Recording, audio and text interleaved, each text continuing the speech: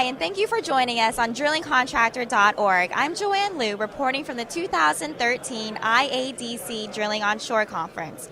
Joining me today is Sean Galloway, the president of ProAct Safety. Mr. Galloway presented at the conference speaking about the leadership's role in safety excellence. Sean, thank you so much for joining us. Thank you very much. I'm happy to be here. Great. Well, Sean, one of the main points is the leadership's role in safety excellence. What role do they play? Well, leadership's role depends on the maturity of the organization. If the organization is still going through the forming part, if we've acquired a lot of different organizations, it's mostly about alignment. It's about creating a sense of consistency. But at some point, we're going to have to look at how do we evolve the culture. Every organization has, that's in existence, an existing safety culture, an existing safety level of beliefs and attitudes and behaviors in the organization. So the role is how do we get more out of people, not just by command and control, but about inspiring them to do more than what's necessary. So leadership's role moves from managing the activities and the processes to ensuring we have alignment within the focus and the overall strategy. So as we execute against that strategy, we can ensure that we're going in the right direction and that we're inspiring people, again, to do more than just what's necessary to collect a paycheck. So you mentioned as well in your presentation the difference between command and control and inspiring and influencing. Can you go into more details about what can a leader do to be more inspirational? Sure, and there's something that I like to reference called situational leadership, because leadership's role is situational. If you have an organizational culture with uniform deviation from standardized rules, policies, and procedures, now's not the time for cajoling and collaboration exercises. It's about ensuring that people are behaving in alignment with our needed direction, or again, our strategy.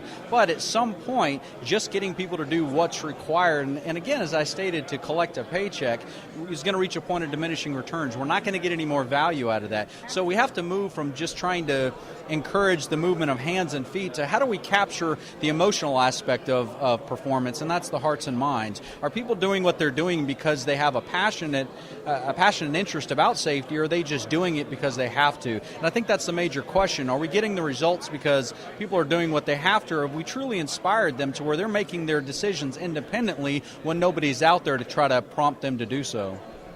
Okay. And making measurements is a big part of the industry. How should we go about measuring safety? Well, first off, we have to realize that while a zero incident, zero hurt, zero recordable goal is of course a great goal, it becomes problematic once we reach it, though. It no longer provides us a sense of continuous improvement. So part of our measurement needs to move from just measuring our results to, of course, measuring our leading indicators. But leading indicators can't just be a measurement of our activities either. We have to feel a sense of confidence that if we get the great results, it's because we were doing the right things that gave us the observable performance. So largely about measurement, we have to move from just measuring the results to measuring performance. Performance needs to be observable, and it's not just the observation of the number of safety meetings we're having, how often we're talking about safety. It's if we're doing all these things, what's the beliefs that are being created? What's the behavior that then results because of those beliefs? Now, measurement then needs to focus on what do we want, what are we trying to accomplish, what does the culture of excellence look like if we've achieved great results?